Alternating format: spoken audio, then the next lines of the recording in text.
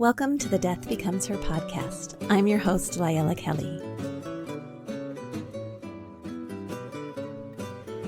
There are many symbols of death.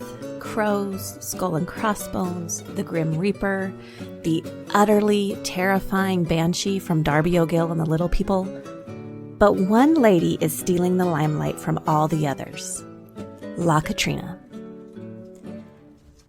Regular listeners of Death Becomes Her, and thank you for being a regular listener, will recognize today's episode as a replay from season 1. But it's a timely episode, so I am going to rerun it. So whether you're new to Death Becomes Her or you've been listening from the beginning, sit back and enjoy the history of the Grand Dame of Death, La Calavera Catrina.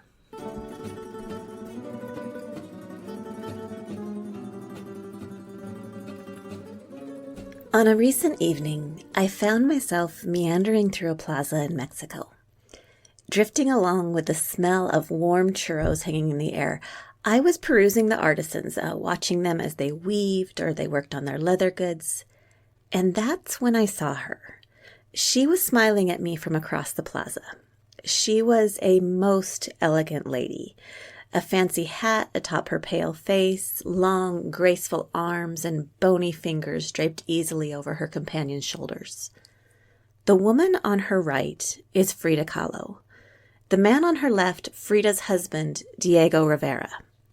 Who is this skeletal, blank-eyed woman in the middle? Her title is La Calavera Catrina, but most just call her Catrina. Walking the streets of Mexico, you're likely to run into loads of these skeletal Catrinas, often arm in arm with their bony but dapper gentleman, Catrine. Sometimes they're larger than life. Sometimes they're seated on benches with arms draped around those who've stopped to rest. Sometimes their faces grace the walls in the form of murals. If all else fails, you'll definitely see their smiling faces. No, that's not the right word. They're smiling skulls for sale in gift shops. Death culture in Mexico is everywhere.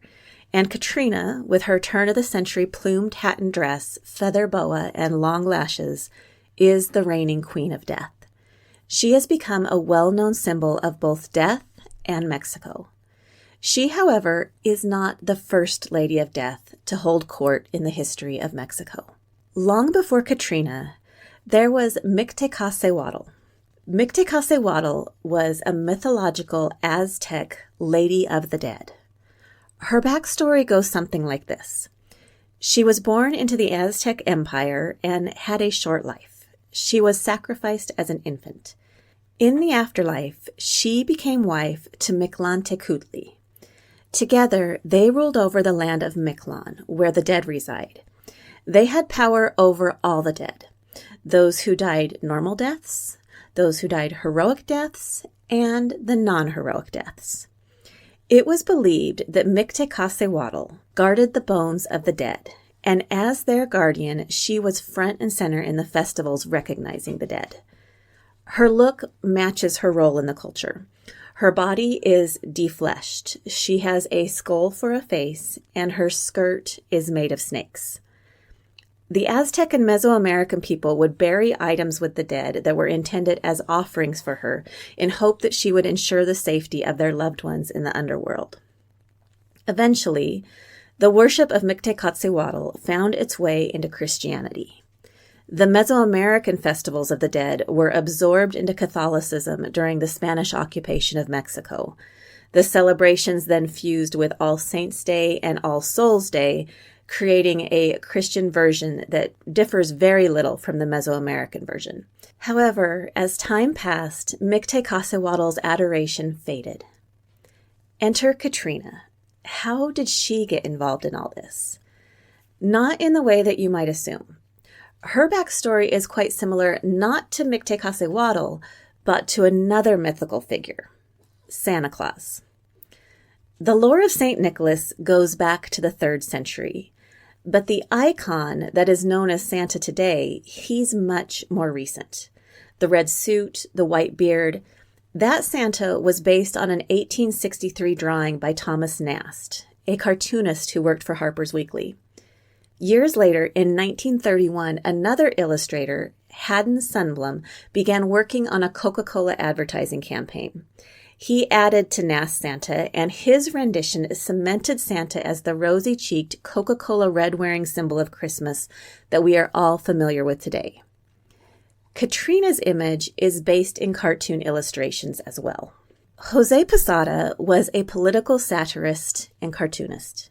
He focused on societal issues. His drawings were easy to spot because they all had a common theme. Regardless of class or social stature, his figures were represented as calaveras, or skull faces. Current events, literature, history, natural disasters, his figures were always drawn as calaveras. There was a basic underlying message to his drawings. It was a bit of a dance macabre theme. The idea that no matter our statue in life, rich or poor, great or small, underneath it all, we're all the same. A bunch of bones, and those bones will all have the same eventuality, the grave. In 1910, Posada created a sketch that ultimately would go viral. It became known as La Calavera Catrina. She was a smiling skeleton wearing a large European-style hat adorned with lace, flowers, and feather plumes. She was drawn to criticize the upper class, a political statement referencing then-leader Porfirio Diaz, who was known for his corruption and his obsession with high society Europe. In 1947, years later, Catrina once again emerged in political art when famed artist Diego Rivera finished a mural entitled Dream of a Sunday Afternoon in the Alameda Central. The mural features at its center an elegantly dressed Catrina wearing a serpent feather boa linked arm in arm with Jose Posada. They are surrounded by scenes of history and notable Mexican figures. In the years since, Catrina has continued to be a symbol associated with social injustice, but her skeletal smile and fancy dress, they are most commonly associated with the Day of the Dead. Though some of her physical features are different, her role is the same as Mictecacewatl. She watches over the dead and is worshipped in the same kind of festivals revered by the Mesoamericans. And her kingdom is expanding. With the popularity of Disney films like Coco and a bit of cultural appropriation, Catrina's devotees can now be found internationally. Her smiling face represents the culmination of centuries of history, cultures, and religions that have been fused into the idol celebrated and revered as La Calavera Catrina. And that is the history of the Catrinas that you see all throughout Mexico. Before I go today, I want to switch gears a bit. Something that I found while researching this episode came from a National Geographic article. It made this comment about Catrina. It says, her elegant dress suggests celebration. Her smile, however inescapable, reminding us that there is perhaps comfort in an acceptance of mortality. As you know, I very much believe that talking about death is a good thing, that it is better to acknowledge mortality than to ignore it. However, as comfortable as we may get with death and dying, when you're in the midst of the dying process with a loved one, it's anything but celebratory. It can be brutally hard to navigate and endure. I ran into this recently with an acquaintance who was companioning her sister as she died. Here's the quick version of the story. My acquaintance, who has a medical background, wasn't in agreement with the decisions that her brother-in-law was making regarding her sister's care. These kinds of disagreements aren't all that unusual in end-of-life situations. Stress, fears, emotions, they're all running high, and it's just plain difficult. She knew that, and she knew it would be best to acquiesce to her brother-in-law's wishes. After all, he had been given authority to make decisions on behalf of his wife. Even though she understood the elements at play, she was conflicted and sad and needed space to share those feelings so that she could be emotionally present for her sister. So one night she called me and I listened to her story and we took some time to talk about what she was experiencing. And then she felt like she was able to go back and engage in her sister's care. Not long after that, another friend of mine was explaining that he felt that if he were facing a death crisis, he'd want to call me. I asked him about that. I asked him, why would you feel like you'd want to call me? And he explained that a neutral third party, an impartial listening ear, can be a beneficial resource when you're carrying a burden that those whom you're close to may also be overwhelmed by. He suggested that I make myself available to those who are coping with the strain of end-of-life care, and I've taken his suggestion, and now I am available for support conversations. So if that is a service that you could use, or you know somebody else who may find this helpful, you can find a link on the Leaving Well Death Doula Instagram bio, or you can find my website in the outro, which is coming up right now.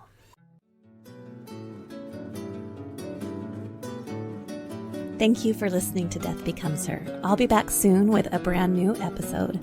Until then, you can follow me on the socials at Leaving Well Death Doula. That's my Instagram. You can also find me through my website, leavingwellmt.com. Until then, remember, talking about death won't kill you. I promise.